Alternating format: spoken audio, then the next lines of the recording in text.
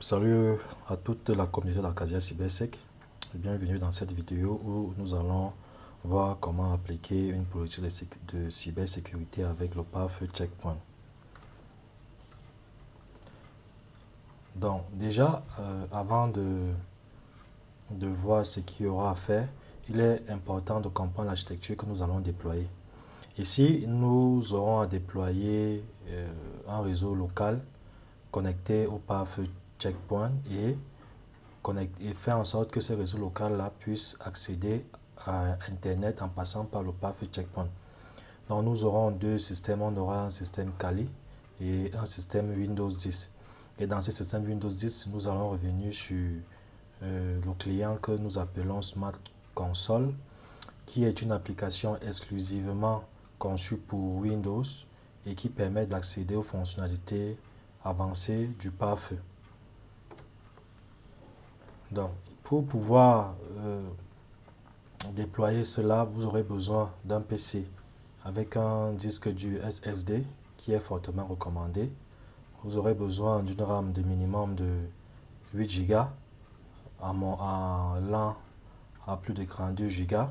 Vous aurez besoin d'internet, soit vous pouvez utiliser soit votre téléphone pour partager internet, soit votre modem, soit votre routeur, bref, tout ce qui pourra vous donner accès à internet. Et bien sûr, le processeur devra tourner au minimum sur un Core i5. Donc, pour pouvoir également les outils nécessaires aussi pour pouvoir réaliser ce projet, vous aurez besoin de Windows 10, de Kali. Vous aurez aussi besoin, ça c'est à titre facultatif, de l'émulateur GNS3 ou FNG. Mais dans le cas de ce projet, nous allons réaliser cette architecture-ci uniquement avec VMware. Parce que utiliser l'émulateur GNS3 comme on le fait généralement nous demande énormément de ressources. Donc du coup, cette machine qui déploie cette architecture surtout sur 16 Go de RAM, donc vous pouvez comprendre que ça va demander au minimum soit 24 ou 32 Go de RAM. Et c'est pour ça que nous avons donc décidé de le déployer sur une architecture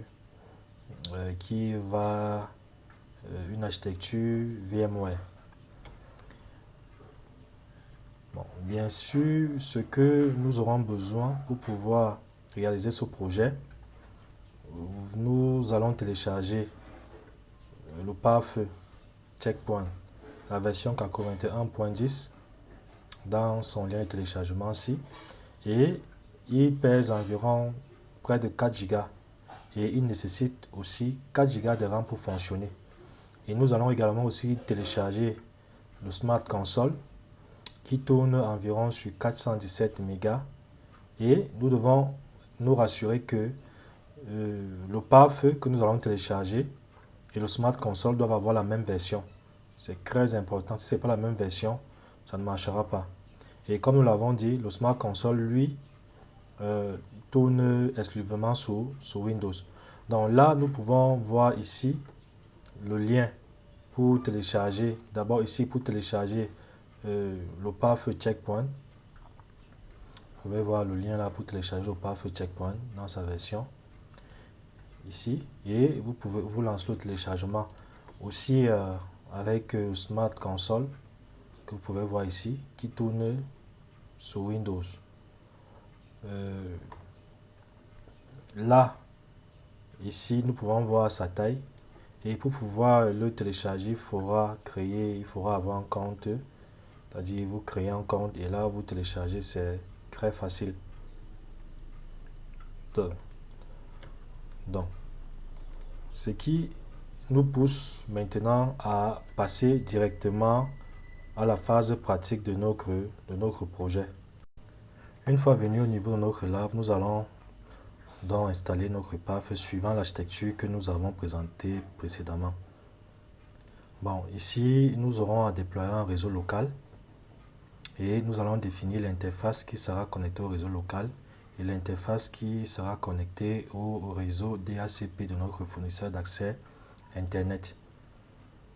Donc, nous allons donc choisir une nouvelle machine virtuelle. Nous choisissons paramètres manuels. Nous sélectionnons le système Debian. Nous donnons un nom à notre pare-feu. Nous lui donnons aussi un espace. Vous pouvez donner même 50 ou 20. Ici, je vais donner 100 Go. Ici, je vais attribuer la RAM à 4. Et je vais configurer les interfaces plus tard. Les interfaces réseau plus tard. Voilà. Donc, comme on peut donc le voir ici, nous allons donc configurer les interfaces au niveau de notre pare-feu. Donc ici, la première interface est considérée comme l'interface qui va tourner sur le réseau local, c'est-à-dire l'interface là qui sera notre ETA0. C'est cette interface qui sera utilisée pour pouvoir référencer notre réseau local. Et nous allons donc ajouter dans l'interface qui sera utilisée pour ETH1. Donc, nous allons donc venir ajouter dans l'interface pour ETH1. Là, voilà. Ici, nous allons mettre cette interface-là au bridge. C'est-à-dire que vu que notre réseau, notre machine est connectée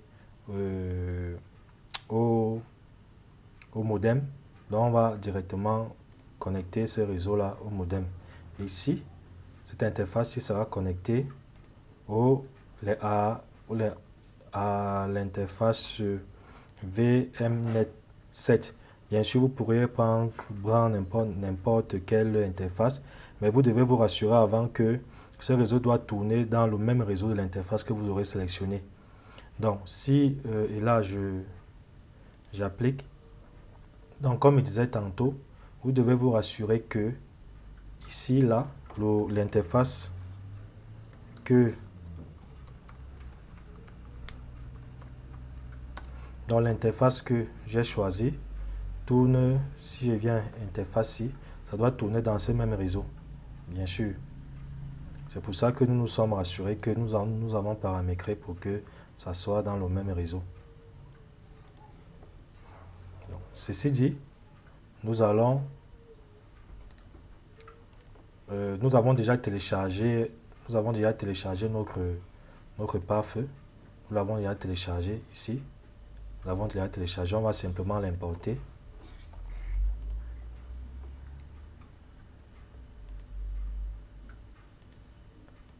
C'est là, on va l'importer, le voilà ici. Nous l'avons déjà téléchargé et on l'importe. Voilà, une fois importé, on va donc lancer dans l'installation de notre pare-feu.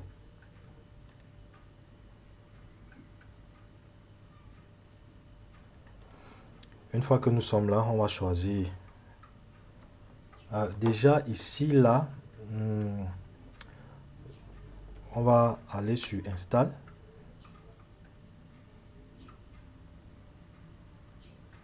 Et là, il vérifie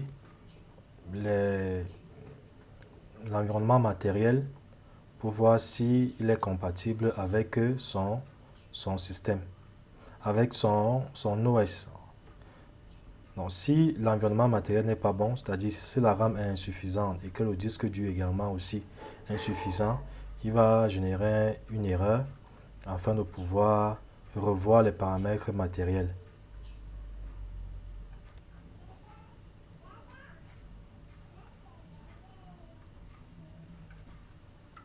Une fois que tout est vérifié et que c'est OK, nous lançons dans l'installation. Nous allons choisir ici le clavier français. Nous laissons les paramètres par défaut. Nous mettons le mot de passe. Bien sûr, il faudra mettre un mot de passe fort.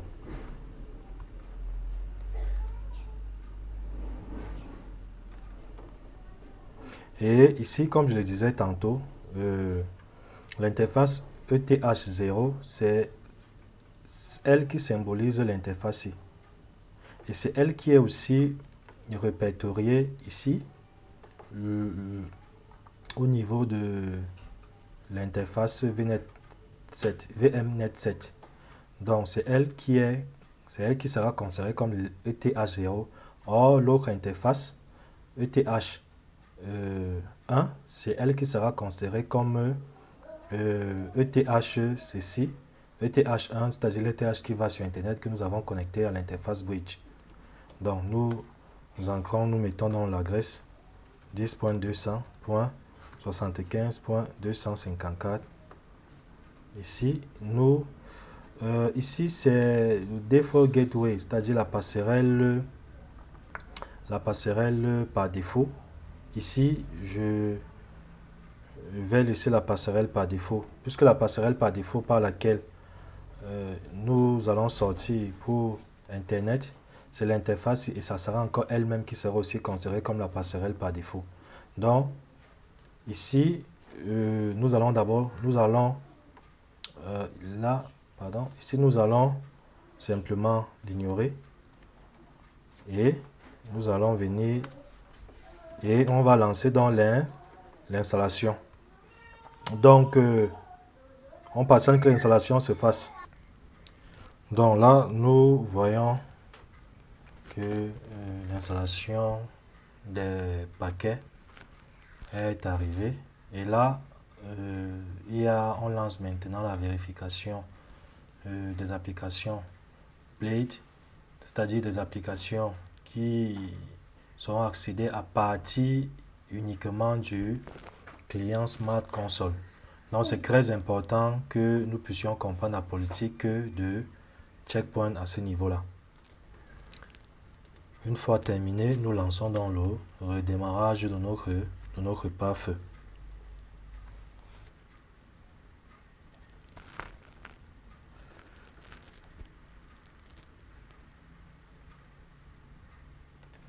Une fois que notre pare-feu a redémarré, on va donc se connecter avec le login admin et le password, le mot de passe que nous avons défini.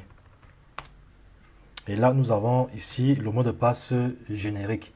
Ce qui va se passer, c'est quoi? C'est que nous allons changer. Nous avons un nom générique ici généré par Checkpoint. Nous allons changer ce nom-là. On va host name et on va l'écrire. On va remplacer par Acadia CyberSec. Host name. Host name. Voilà. Acadia CyberSec. Voilà. Bon, pour afficher l'adresse IP de l'interface en question, on tape l'interface suivi de l'identifiant. Et là, on peut voir que l'interface tourne bien sur le 10.200.75.254. Donc là, maintenant, nous allons accéder à partir de notre machine Linux. Les premières configurations que nous allons faire, c'est à partir de Linux. Et ensuite, nous allons accéder à partir de... Nous allons configurer à partir de Windows. Donc ici, je vais taper un ping vers la passerelle. On peut voir que je vais le pare-feu autant pour moi, on peut voir que ça communique bien. Donc là, je vais ici taper l'adresse 10.200.75.254. Voilà. Donc là, il ne reconnaît pas le certificat. Je vais autoriser qu'il puisse reconnaître ici le certificat. Là, on peut voir qu'à partir de Kali, j'ai accès à mon pare-feu. Donc là, je vais me connecter afin de pouvoir, n'est-ce pas,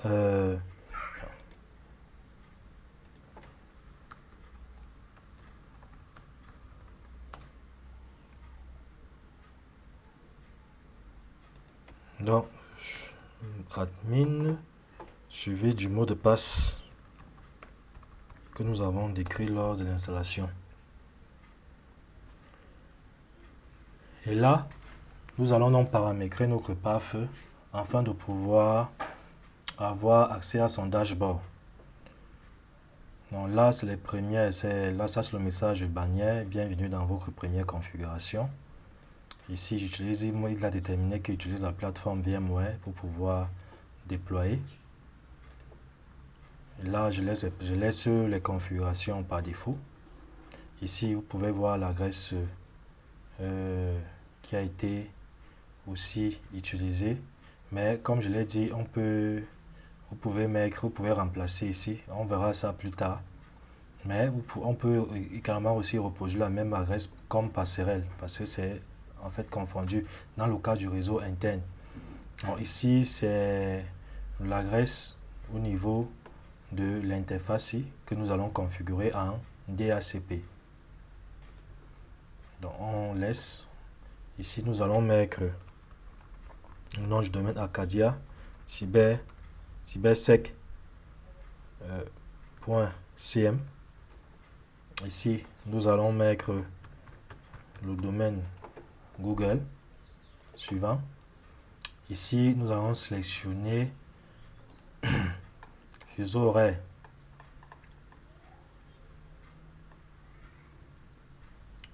Fuseau horaire de notre zone.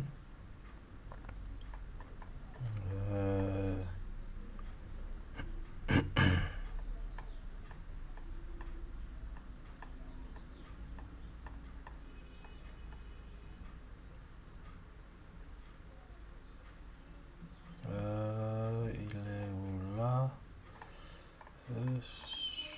J'ai plutôt dépassé. Hein. C'est plus 1. Voilà, je crois que c'est quelque part ici.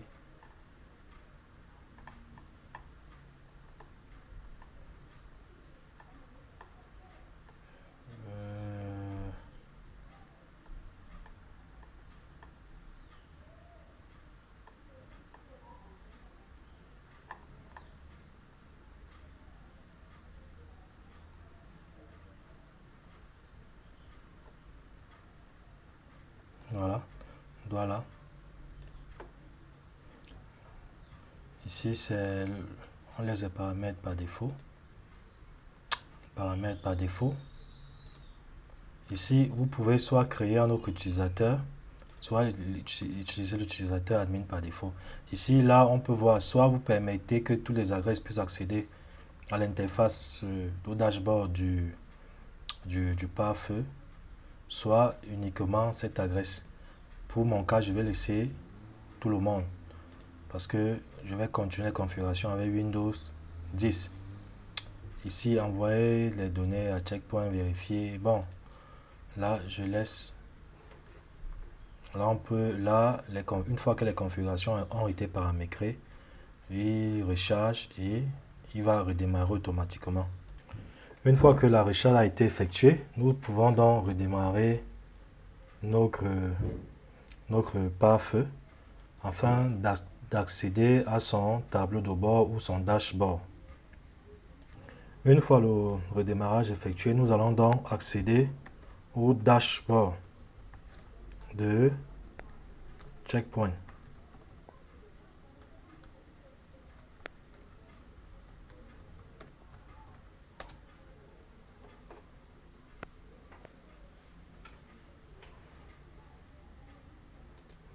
Une fois que nous avons accédé au dashboard de Checkpoint, nous allons rapidement présenter l'interface ici. Nous avons ici les configurations disponibles au niveau de notre pare-feu. Ici, ces configurations ne sont pas disponibles. Pour pouvoir avoir accès à ces options-ci, il faudra passer par notre fameux Smart Console afin de pouvoir configurer ces services-là. Donc ici, nous voyons donc que ce n'est pas possible de pouvoir accéder ici. Il faut passer par le Smart Console. Là, on peut voir que j'utilise la plateforme VMware pour pouvoir virtualiser, pour pouvoir déployer mon pare-feu. Ici, c'est les différentes interfaces telles qu'on peut les voir là et on peut les administrer ici. Donc, une fois que nous sommes au niveau des interfaces, là, on va donc définir, on va mettre un commentaire au niveau de l'interface. On va indiquer que c'est l'interface ici, l'interface LAN. Et ici, nous allons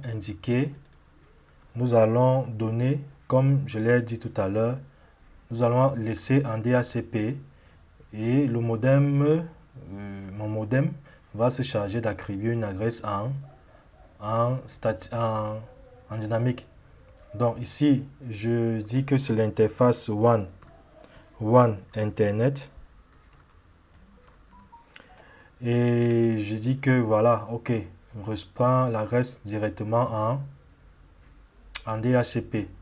Bon, ici, afin de pouvoir vous comprendre ou bien voir la route par défaut ou bien la passerelle par défaut ici, nous pouvons venir, nous allons, voilà, c'est bon. Et nous ne l'avons pas activé. Nous devons activer, voilà, ok. Donc là, maintenant, on peut voir que c'est activé. Donc ici, si je viens dans Host, ici au niveau de Host and DNS, on peut voir ici justement l'adresse qui nous donne la passerelle qui nous donne directement accès à Internet au niveau de l'interface WAN. Donc c'est cette adresse que je vais indiquer au niveau de la route par défaut. Ici, donc là, je peux venir là, je double-clique et je viens, j'ajoute ici, on me demande de choisir normal. Par défaut, c'est normal. On me demande l'adresse, je mets l'adresse IP. Je dis OK, tu vas passer par le 192.168.43 et point 1. Bien sûr, je mets une priorité à 1. Et c'est l'adresse par laquelle, pardon, ici c'est, voilà, c'est 1. Voilà, priorité à 1. Et j'ajoute, ici c'est d'autres monitoring, moniteur IPS, non, ça n'intéresse pas. Voilà, j'ajoute et là, on peut voir que, et j'enregistre. Donc, voici les premières configurations que nous pouvons faire pour pouvoir, au niveau de nos interfaces, nous avons activé la route par défaut. Nous avons ici récupéré une adresse en statique et ici, nous avons une adresse dans la zone locale. Donc, ce qui nous restera simplement, c'est de pouvoir configurer Internet afin que ce réseau local puisse sortir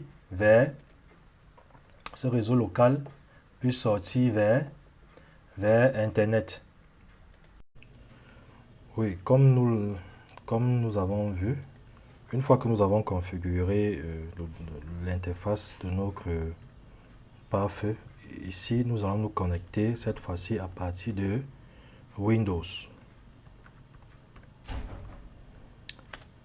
Et là, nous allons voir que il y a des paramètres, je veux dire les options avancées que nous ne pouvons pas faire sous Linux, simplement parce qu'il faut passer par le client Smart Console. Déjà, vous pouvez voir ici que nous avons configuré l'adresse IP au niveau de notre machine Windows ici. Nous pouvons par exemple, là nous allons par exemple revenir au niveau de l'architecture ici. Donc là, nous avons téléchargé le Smart Console. OK, et nous l'avons déjà installé, la même version que pour notre pare-feu PF5. Une fois l'avoir installé,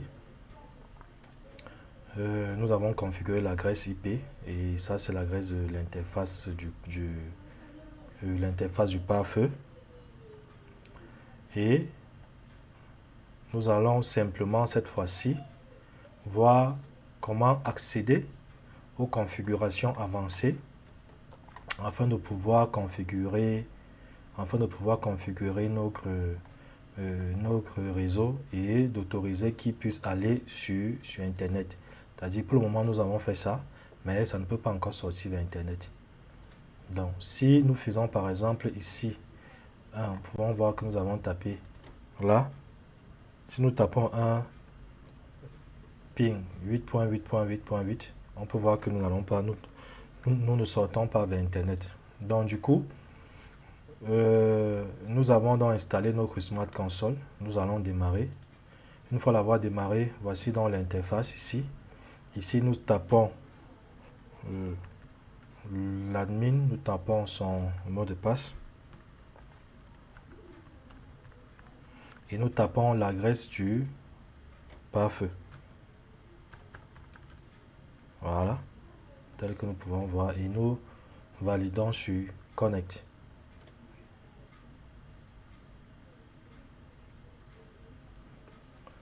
Donc, il va se connecter au niveau de les configurations avancées de notre pare-feu, tel que nous l'avons présenté ici. C'est-à-dire qu'on aura la possibilité de gérer les gateways, les serveurs gateway, nous avons la politique de sécurité, les logs, tout ça, tous les éléments avancés. Donc ici, on peut voir qu'il se connecte au service, et c'est à partir d'ici que nous allons donc activer la possibilité que notre réseau ici puisse sortir et accéder à Internet.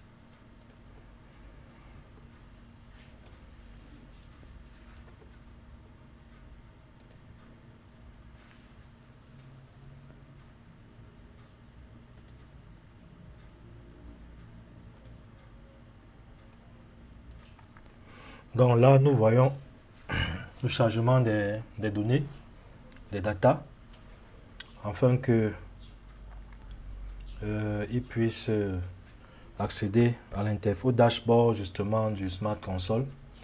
Et comme je l'ai dit, comme nous pouvons le voir, nous constatons que la politique de sécurité pensée par Checkpoint est différente des politiques de sécurité que nous pouvons voir par exemple sur pfSense, sur OPNsense, Fortinet et d'autres solutions de pare-feu.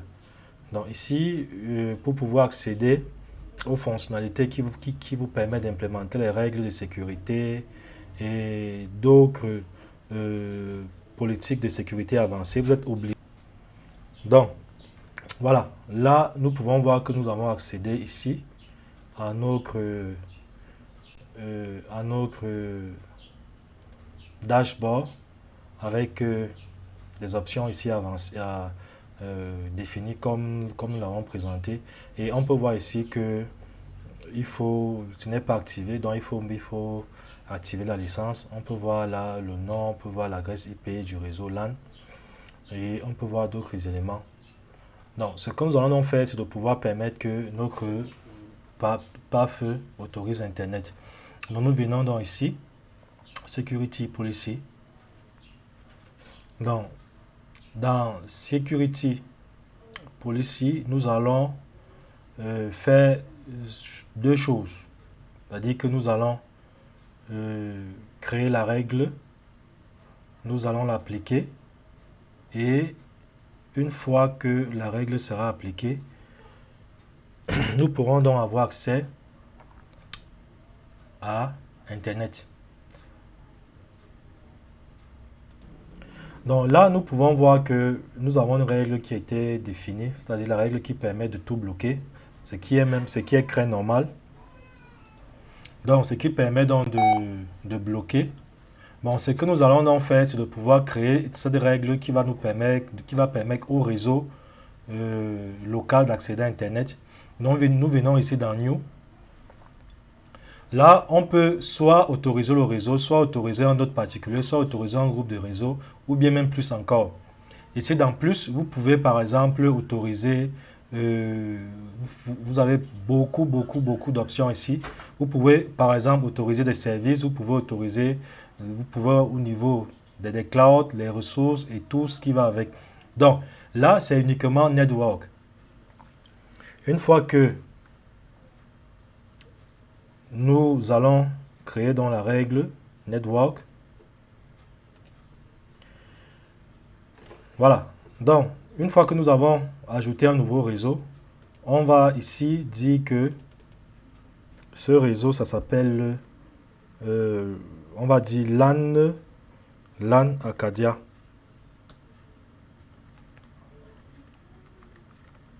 Voilà. Ici, on va mettre un commentaire LAN vers Internet. Ici, on met l'adresse du réseau.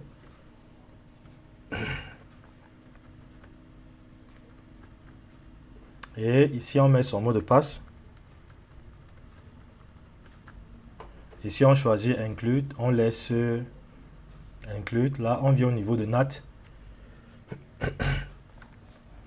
Au niveau de NAT, ici, on va activer le NATage, le NAT Translation. Simplement. Voilà, on l'active. Et on applique. Et là, maintenant, la règle pour pouvoir autoriser les paquets venant du réseau que nous avons créé en passant par le Network Address Translation va permettre que notre réseau sorte vers Internet. Voilà. Donc une fois que c'est créé, nous pouvons venir ici dans Network, et là nous pouvons le voir. Donc voilà le nouveau réseau que nous avons créé. Donc ici nous allons donc créer une règle au-dessus de cette règle qui bloque tout, soit en dessous, soit au-dessus, mais si nous mettons en dessous, la règle qui bloque ne va pas autoriser que nous puissions sortir. Donc nous allons mettre au-dessus. Nous allons créer, voilà. Et ici, la source, nous allons simplement porter celui-ci. On va venir déposer au niveau de la source. Une fois déposé, on va ici autoriser. On va autoriser ici, on va dire vers ENI, vers toutes les destinations Internet. Ici, on va autoriser également aussi les applications. Aussi vers toutes les applications du côté d'Internet. Et là, ici, on va accepter. On va valider sur Accept. Une fois que nous avons validé une fois que nous avons donc autorisé, ce qui nous reste à faire, c'est de pouvoir appliquer cette règle-là-ci pour que ça puisse prendre effet.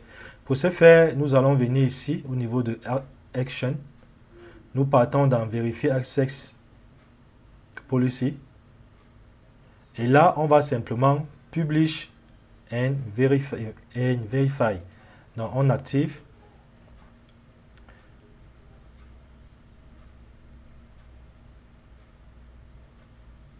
On attend quelques temps. Donc là, nous pouvons voir que la vérification ici est lancée.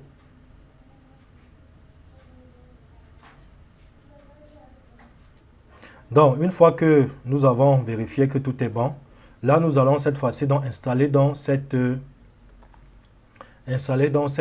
règle que nous venons d'autoriser l'application. On va simplement l'installer. Et une fois que ça sera installé, ça va être appliqué. Donc on installe. Une fois que ça sera installé, ça sera appliqué, n'est-ce pas, au réseau suivant que nous avons créé. Donc, l'installation donc se lance. Voilà.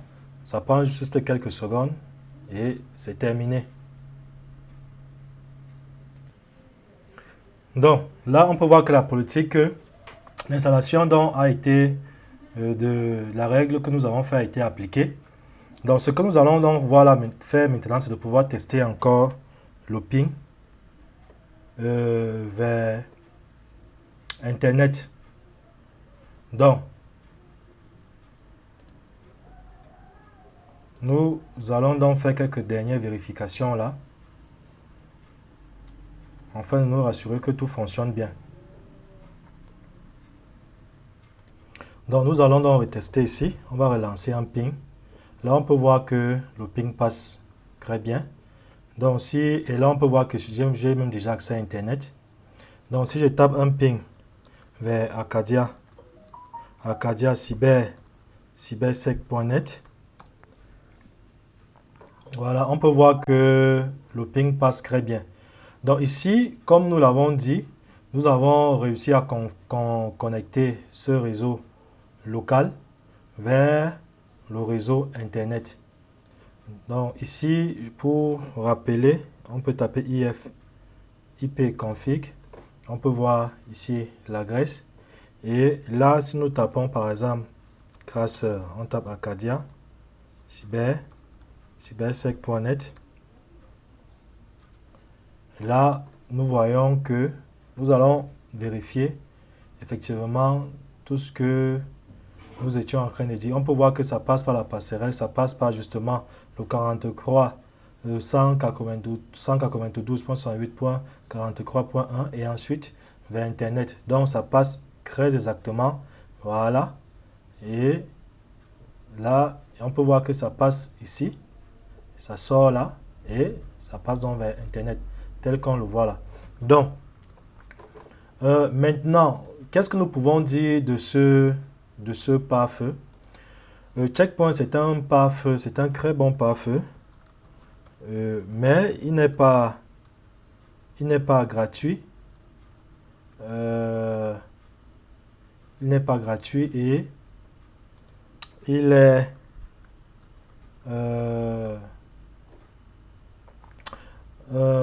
pour pouvoir configurer ces services à distance, il faudrait, je veux dire ces services avancés, il faudrait forcément être sur un environnement Windows. Or, c'est problématique lorsque nous utilisons l'environnement Windows.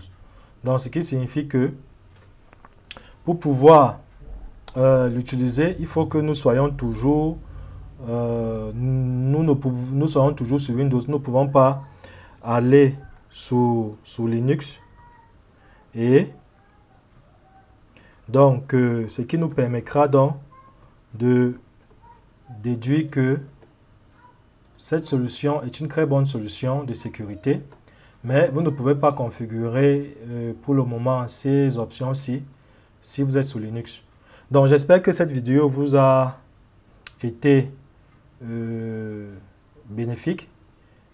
Donc, nous vous recommandons de laisser des commentaires et de vous abonner à notre chaîne YouTube.